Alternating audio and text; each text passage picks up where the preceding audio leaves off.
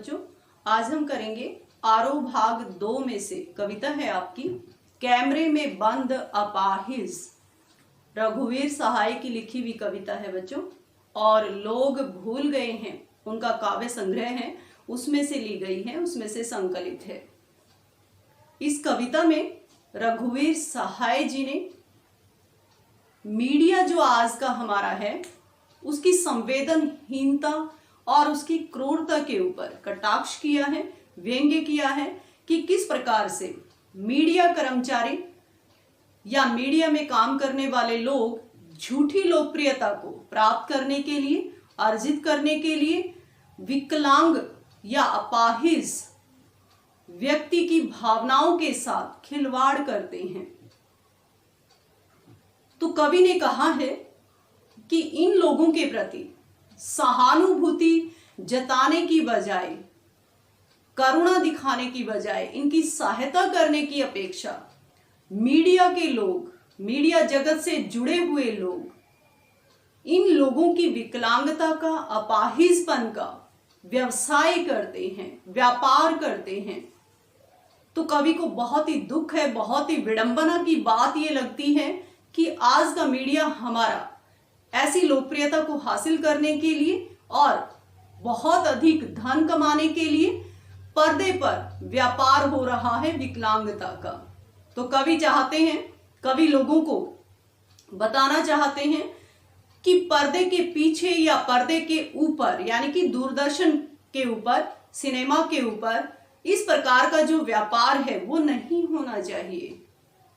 हमें ऐसे लोगों की सहायता करनी चाहिए कि अच्छे से समाज में विकलांग व्यक्ति भी अपना जीवन जी सके। लेकिन यहाँ पे इस कविता में कवि ने क्या बताया है कि किस प्रकार से मीडिया जगत के लोग, दूरदर्शन कर्मचारी या ऐसे कार्यक्रम का संचालन वो लोग करते हैं कि एक विकलांग व्यक्ति को, अपाहिज व्यक्ति को स्टूडियो में लेकर आते हैं और बहुत ही बेतुके और बेहुदे सवाल उससे करते हैं विकलांगता को लेकर, ताकि वो व्यक्ति जो स्टूडियो में बैठा हुआ है, दुखी है, पीड़ित है अपनी विकलांगता के कारण, उसकी आंखों में आंसू आए, वो रोए, और उसको रोता हुआ देखकर टेलीविजन के सामने बैठे हुए जो दर्शक होते हैं उनकी आंखों में भी आंसू आए।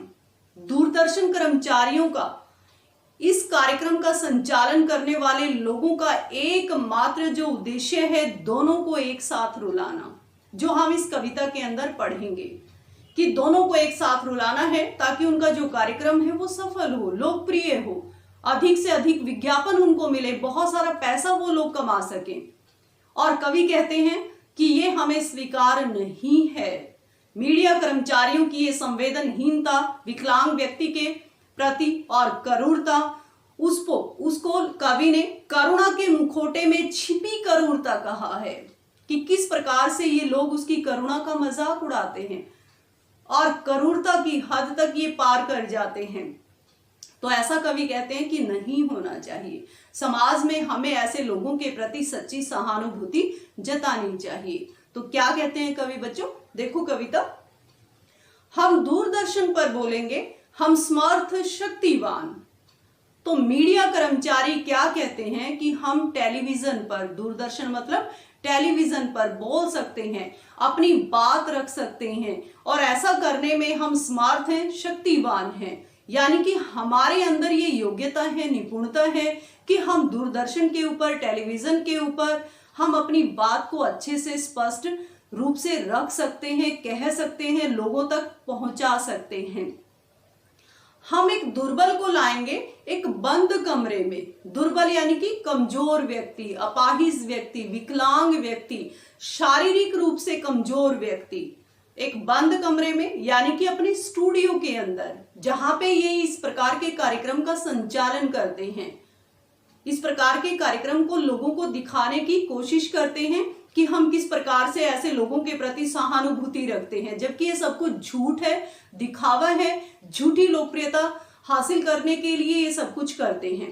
तो क्या कहते हैं मीडिया कर्मचारी कि हम एक कमजोर, अपाहिज या विकलांग व्यक्ति को अपने स्टूडियो में लेकर आएंगे, उससे पूछेंगे तो आप क्या अपाहिज हैं, प्रश्नवाचक चिन्ह है पीछे, और उससे सवाल करेंगे कि क्या आप अपाहिज हैं, जबकि वो एक अपाहिज व्यक्ति को ही अपने स्टूडियो में लेकर आए हैं।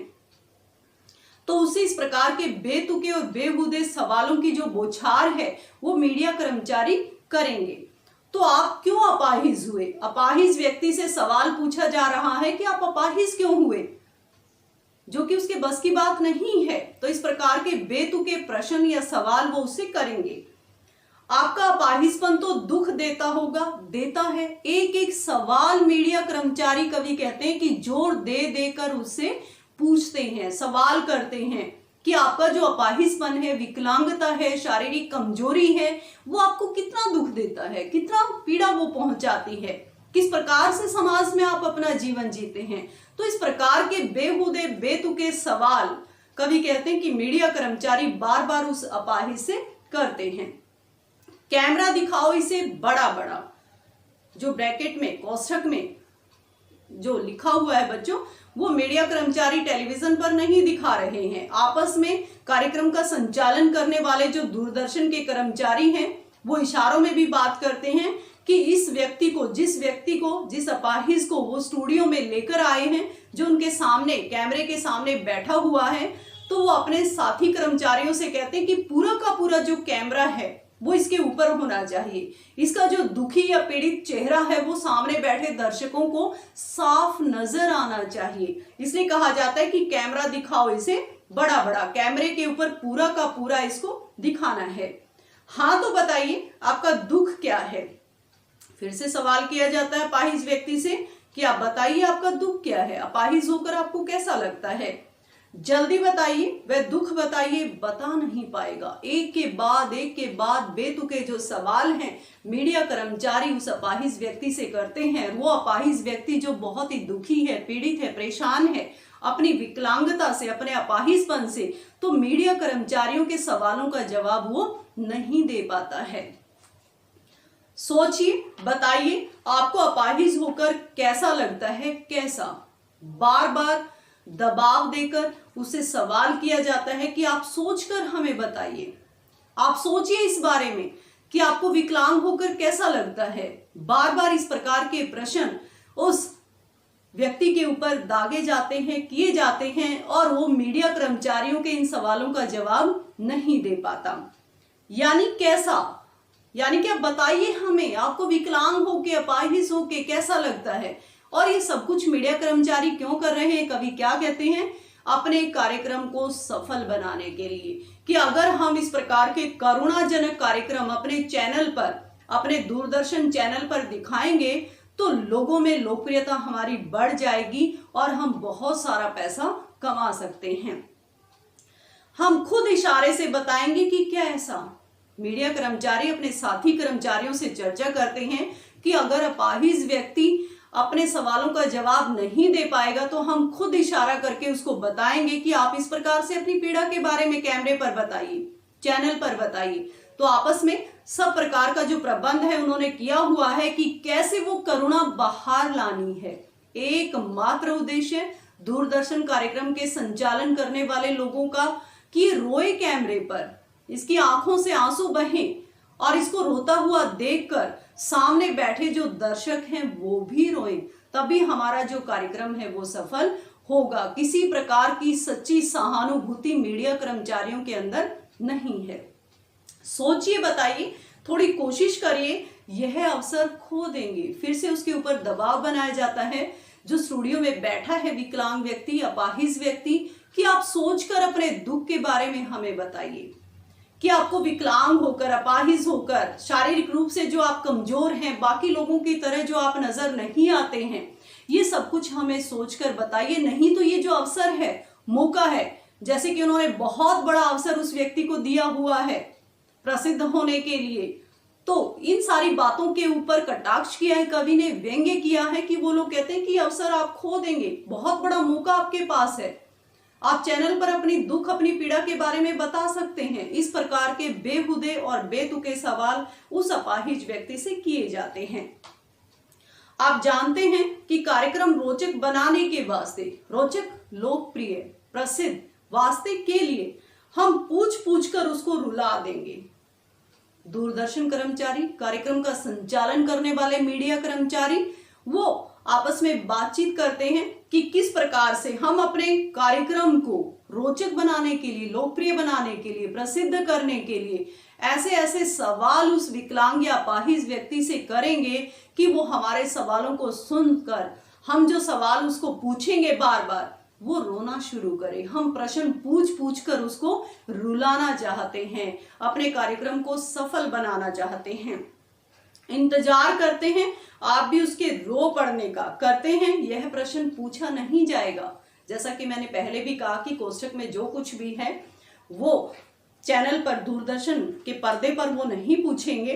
तो वो उनका सारी जो योजना है वो जानते हैं कि सामने बैठा हुआ दर्शक वर्ग भी इस चीज का इंतजार करता है कि इस प्रकार के जो कार्यक्रम होते हैं भावनाओं से जुड़े हुए, संवेदनाओं से जुड़े हुए, तो दर्शक भी इस प्रकार के कार्यक्रमों में क्या करते हैं कि अगर स्टूडियो के अंदर बैठा हुआ व्यक्ति रो रहा है तो उसकी आंखों में भी आंसू आ जाते हैं।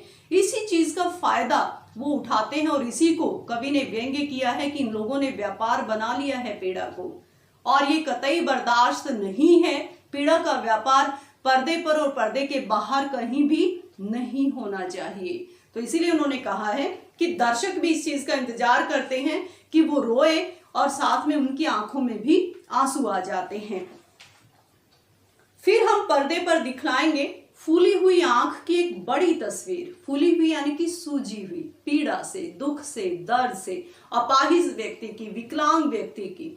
तो जब सवालों से बात नहीं बनती, बार बार सवाल विकलांग व्यक्ति से किए जाते हैं और वो उनके सवालों का जवाब नहीं दे पाता है, मजबूर है, विवश है, अपनी पीड़ा के बारे में नहीं बता पाता है, तो दूरदर्शन कार्यक्रम का संचालन करने वाले जो मीडिया कर्मचारी हैं वो क्या कहते हैं कि हम फिर पर्दे पर, यानी कि स्क्रीन पर, टेलीविजन की जो स्क्रीन होती है उसको पर्दा बोलते हैं बच्चों, हम टेलीविजन पर, दूरदर्शन पर उस व्यक्ति की सूजी हुई आंख की बहुत बड़ी जो तस्वीर है वो दिखाएंगे। यानी कि पूरा का पूरा जो उसका चेहरा है वो बड़ा करके टेलीविजन के ऊपर दिखाएंगे, ताकि लोगों को उसकी आंखों में, विकलांग व्यक्ति की आंखों में वो पीड़ा नजर आए। बहुत बड़ी तस्वीर, उस व्यक्ति की बहुत बड़ी चेहरे की तस्वीर पूरी की पूरी पर्दे पर, टेलीविजन पर, दूरदर्शन पर हम दिखाएंगे। और उसके होठों पर एक कसमसाहट भी, और जो उसके होंठ पीड़ा से, दुख से, विकलांगता से छटपटा रहे हैं और वो कह नहीं पा रहा है अपनी बात, अपना दुख, अपना कष्ट, कि किस प्रकार से समाज में वो जीवन जीता है, और इस प्रकार के लोगों से जब उसका सामना हो जाता है तो वो पीड़ा दोगुनी हो जाती है। वो जो छटपटाहट है, वो जो दुख है जो उसके होठों पर नजर कवि को आता है, और मीडिया कर्मचारी भी इसका फायदा उठाना चाहते हैं कि वो चाहते हैं कि वो बुदबुदाते हुए, छटपटाते हुए होंठ हम टेलीविजन पर दिखाएं, दूरदर्शन पर पूरा बड़ा करके कैमरे से उसको दिखाएं। आशा है आप उसे उसकी अपंगता की पीड़ा मानेंगे, और दर्शक वर्ग से वो उम्मीद करते हैं कि अगर हम फूली हुई आंख की बहुत बड़ी तस्वीर, उसके होठों की कसमसाहट या छटपटाहट, इस प्रकार से पूरा का पूरा अगर दूरदर्शन पर, टेलीविजन पर दिखाएंगे, तो वो उम्मीद करते हैं, आशा करते हैं कि दर्शक जो वर्ग सामने बैठकर इस प्रकार के कार्यक्रम देखता है, तो वो अपंगता की पीड़ा इन चीजों में उसको नजर आएगी और वो रोना शुरू करेंगे। और एकमात्र जो उद्देश्य है इन लोगों का वही है अपने कार्यक्रम को सफल करना, लोकप्रिय बनाना, झूठी लोकप्रियता को अर्जित करना, पैसा कमाना। एक और कोशिश, दर्शक धीरज रखिए, देखिए हमें दोनों एक संग रुलाने हैं, आप और वह दोनों। तो क्या वो योजना बनाते हैं कि एक और कोशिश करके देखते हैं, एक और सवाल उस पर दागा जाता है कि और कोशिश करके आप हमें बताइए अपनी पीड़ा के बारे में, और आपस में बातचीत करते हैं कि दर्शक वर्ग से वो धैर्य रखने के लिए कहते हैं, कहेंगे कि हम एक और कोशिश करके देखते हैं, और दर्शक वर्ग से धैर्य धारण करने के लिए कहा जाता है कि आप धैर्य धारण कीजिए, हमें दोनों एक संग रुलाने हैं। ये प्रश्न भी सामने नहीं किया जाएगा, ये उनके कार्यक्रम की योजना है कि हमें दोनों को एक साथ रुलाना है। किन दोनों को? स्टूडियो में बैठे हुए विकलांग या अपाहिज व्यक्ति को, जो अपने अपाहिजपन से पहले ही पीड़ित है, दुखी है, परेशान है, और सामने बैठा हुआ दर्शक वर्ग, इन दोनों को एक साथ रुलाना मीडिया कर्मचारियों के इस कार्यक्रम का एकमात्र उद्देश्य है।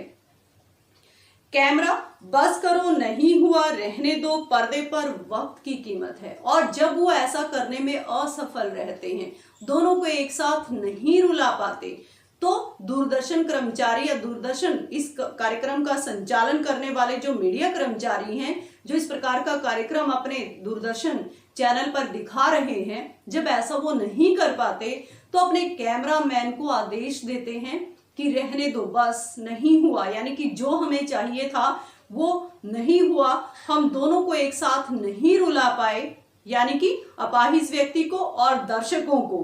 तो इसलिए कैमरा फटाफट उसके ऊपर से हटाने का जो आदेश है वो दे दिया जाता है। क्यों? क्योंकि पर्दे पर वक्त की कीमत है। पर्दे पर, टेलीविजन पर, दूरदर्शन पर समय की बहुत अधिक कीमत है। अर्थात कवि कहना चाहते हैं कि वहां पे एक एक मिनट, एक एक पल बहुत अधिक कीमती होता है। बहुत अधिक विज्ञापन वहां पे दिए जाते हैं और जिनकी बहुत अधिक कीमत होती है। मीडिया कर्मचारी बहुत अधिक पैसा एक एक मिनट में कमा लेते हैं। जब उनको अपना कार्यक्रम असफल होता हुआ नजर आता है तो अपाहिजपन, विकलांगता, पीड़ा, इन चीजों से उनको कोई वास्ता नहीं है। उस दुखी व्यक्ति के प्रति सच्ची सहानुभूति नहीं है। वो उसकी संवेदनाओं से खिलवाड़ केवल कर रहे थे और इसीलिए कैमरामैन को कह दिया जाता है कि कैमरा इसके ऊपर से हटा दिया जाए, क्योंकि पर्दे पर वक्त की कीमत है, पर्दे पर समय बहुत अधिक कीमत है। अब मुस्कुराएंगे हम। आप देख रहे थे सामाजिक उद्देश्य से युक्त कार्यक्रम, बस थोड़ी ही कसर रह गई। ये प्रश्न भी किया नहीं जाएगा। धन्यवाद। तो किस प्रकार से मीडिया जो कर्मचारी हैं वो अपने साथी कर्मचारियों से कहेंगे कि हम इस कार्यक्रम का जो समापन है, अंत है, वो मुस्कुराते हुए, दर्शकों के सामने मुस्कुराते हुए करेंगे। और एक जो संदेश है वो हम देना चाहेंगे दर्शकों को कि हम सामाजिक उद्देश्य से युक्त कार्यक्रम आपके सामने पेश कर रहे थे कि किस प्रकार से समाज में पीड़ित व्यक्ति अपना जीवन जीते हैं, जबकि ये सब कुछ क्या था, झूठी लोकप्रियता हासिल करने के लिए किया जा रहा था। लेकिन फिर भी मीडिया कर्मचारी अपने इस कार्यक्रम का समापन मुस्कुराते हुए करेंगे, धन्यवाद के साथ करेंगे और जो कुछ वो करना चाहते थे वो आपस में बातचीत अपनी योजना में करते हैं कि बस थोड़ी ही कसर रह गई। कसर यानी कि कमी, कि जो हमें चाहिए था, दोनों को एक साथ रुलाने का जो हमारा एकमात्र उद्देश्य था, उसमें हम सफलता प्राप्त नहीं कर पाए। इस बात का दुख है मीडिया कर्मचारियों को और झूठी मुस्कान के साथ अपने इस सामाजिक उद्देश्य से युक्त कार्यक्रम का समापन वो लोग कर देंगे धन्यवाद के साथ। तो बच्चों, कवि क्या कहते हैं कि पीड़ा का जो व्यापार है वो कहीं भी नहीं होना चाहिए। अगर हो सके तो विकलांग या अपाहिज व्यक्तियों के प्रति सच्ची जो सहानुभूति है वो हमें रखनी चाहिए और इनकी हर संभव जो मदद है वो समाज में हमें करनी चाहिए। थैंक यू बच्चों।